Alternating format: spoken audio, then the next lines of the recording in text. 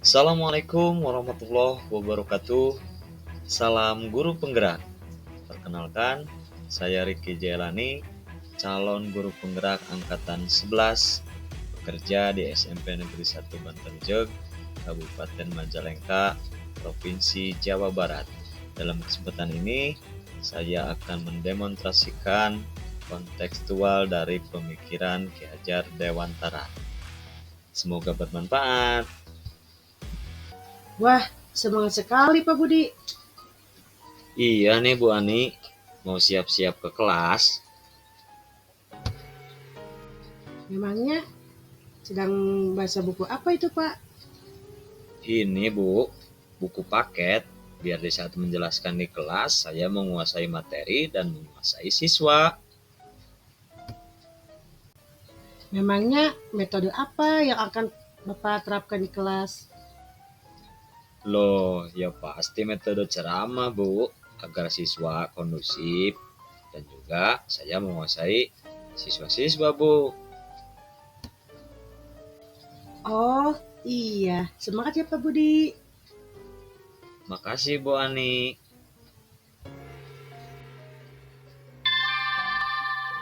Saatnya istirahat kedua. It's time to have second break.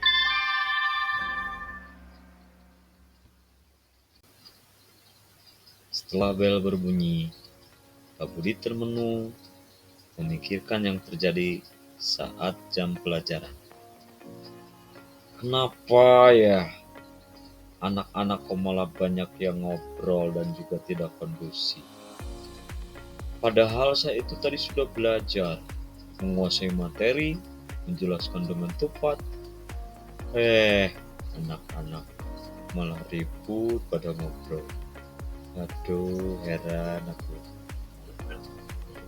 Dor! Kenapa Pak Budi?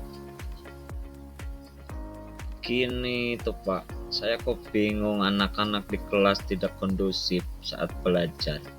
Padahal saya sudah menguasai materi dan juga menjelaskan materi sampai jam istirahat. Aha, tenang Pak Budi, saya punya solusinya. Tara! Apa itu Pak? KHD solusinya Pak Budi. KHD? Apa itu Pak KHD? KHD adalah pemikiran Ki Hajar Dewantara Pak Budi. Mari kita pahami bersama.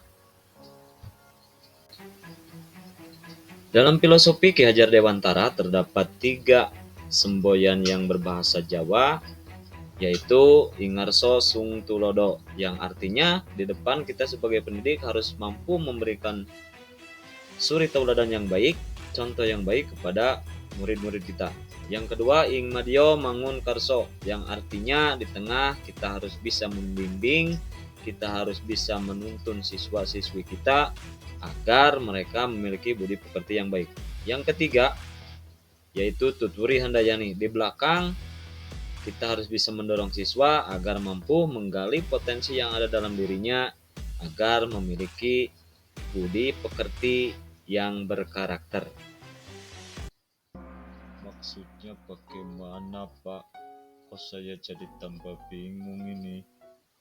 Begini Pak Budi, kita sebagai seorang pendidik harus memahami betul bagaimana cara mengaplikasikan pemikiran Ki Hajar Dewantara dalam pembelajaran kita di kelas sehari-hari Pak. Sebagai pendidik, tugas kita bukan hanya mengajar, namun kita bertanggung jawab untuk menuntun dan membimbing siswa agar mencapai kebahagiaan dan keselamatan, menggali potensi murid sesuai dengan kodrat alam dan kodrat zaman, agar murid memiliki budi pekerti sesuai dengan budayanya masing-masing. Lalu bagaimana cara mengaplikasikannya di kelas, Pak? Begini Pak Budi, caranya adalah kita selaku pendidik harus menerapkan pembelajaran yang berpusat pada siswa, Pak. Begini pemaparannya. Untuk dapat menciptakan pembelajaran yang berpusat pada murid, tentunya setiap pendidik harus memahami terkait tujuan pendidikan, yaitu menuntun segala kodrat yang ada pada anak-anak agar mereka dapat mencapai keselamatan dan kebahagiaan yang setinggi-tingginya sebagai manusia maupun sebagai anggota masyarakat. Dan untuk mencapai tujuan pendidikan tersebut, maka guru harus berpihak pada murid. Guru harus bisa menuntun murid sesuai kodratnya. Kemudian guru harus memahami karakter murid. Dan yang terakhir, guru harus memahami tujuan pengajaran. Jika keempat komponen tersebut sudah diterapkan oleh setiap guru, maka murid akan memiliki kemampuan pengetahuan dan juga murid akan memiliki budi pekerti yang luhur. Lalu, bagaimana gambaran pendidikan yang berpihak pada murid itu, Pak? Tolong dijelaskan dong, agar saya bisa paham. Contohnya seperti ini, Pak Budi. Pendidikan yang berpihak pada murid dalam pembelajaran, seorang guru akan menunjukkan 3 hal. Yang pertama, memberikan kemerdekaan kepada murid dalam pembelajaran. Yang kedua, memfasilitasi anak untuk berpikir kreatif dan inovatif. Kemudian yang ketiga, selalu menyesuaikan dengan perkembangan zaman dengan memanfaatkan teknologi dalam pembelajaran. Contohnya melakukan inovasi, membuat perencanaan dan metode pembelajaran yang disesuaikan dengan teknologi saat ini. Di zaman modern seperti sekarang ini dan sudah serba teknologi, masih ada di antaranya guru yang masih menerapkan metode ceramah atau teacher center. Padahal pada kenyataannya murid tidak memiliki kemerdekaan dalam mengikuti pembelajaran, sehingga murid akan merasa bosan dan tidak kondusif ketika pembelajaran di kelas.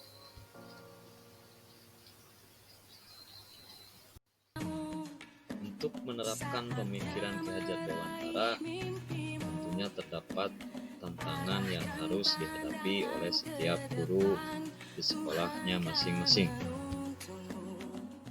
Di antaranya, masih renahnya minat dan motivasi murid, kemudian kemampuan guru yang masih belum menyeluruh mengenai pemahaman Ki Hajar Dewantara, dan tantangan tersebut haruslah dicari solusinya. Dan alhamdulillah sekolah kami untuk menjawab tantangan tersebut sudah diterapkan beberapa aplikasi terkait sosial kultur budaya daerah sekitar, yaitu melaksanakan sholat duha, kemudian pelaksanaan kultum setiap Jumat pagi, kemudian adanya ekskul olahraga, adanya senam pagi di hari Sabtu,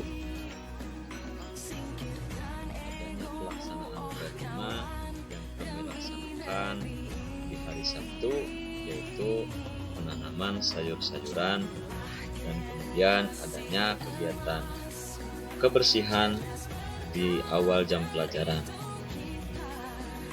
Kemudian sekolah kami juga melaksanakan kegiatan literasi yang mengajak anak keluar kelas untuk membaca-baca buku dan juga mempelajari alam sekitar, dan juga adanya pelaksanaan ekskul pramuka yang diwajibkan di kelas 7. Kemudian adanya ekskul kesenian untuk menggali bakat siswa-siswi terkait bidang seni. Kemudian kami melatih kedisiplinan siswa dalam ekstrakurikuler, paskibra, kemudian PMR, dan juga ekstrakurikuler PKS. Dari kesemuanya itu, kami bertujuan untuk menggali minat dan bakat siswa yang sangat beragam, dan agar mereka memiliki wadah yang tepat untuk menggali potensi mereka masing-masing.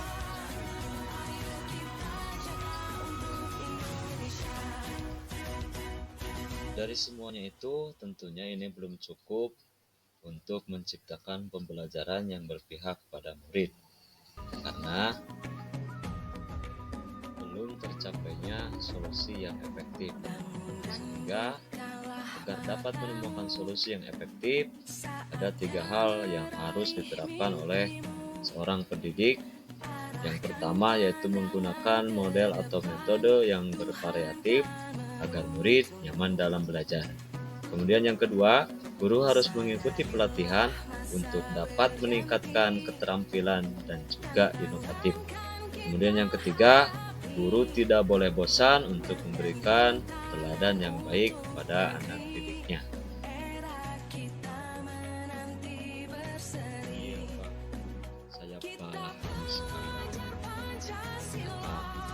Yang saya lakukan selama ini masih jauh dari pemikiran Ki Hajar Dewantara. Baik, Pak.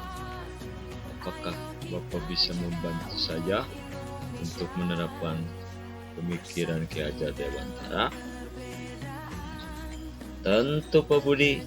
Mari kita bersama-sama bergerak bersama, berkolaborasi untuk menerapkan pemikiran Ki Hajar Dewantara agar anak didik kita bisa mencapai kebahagiaan dan kemerdekaan sesuai dengan kodrat alam dan kodrat zaman, Pak.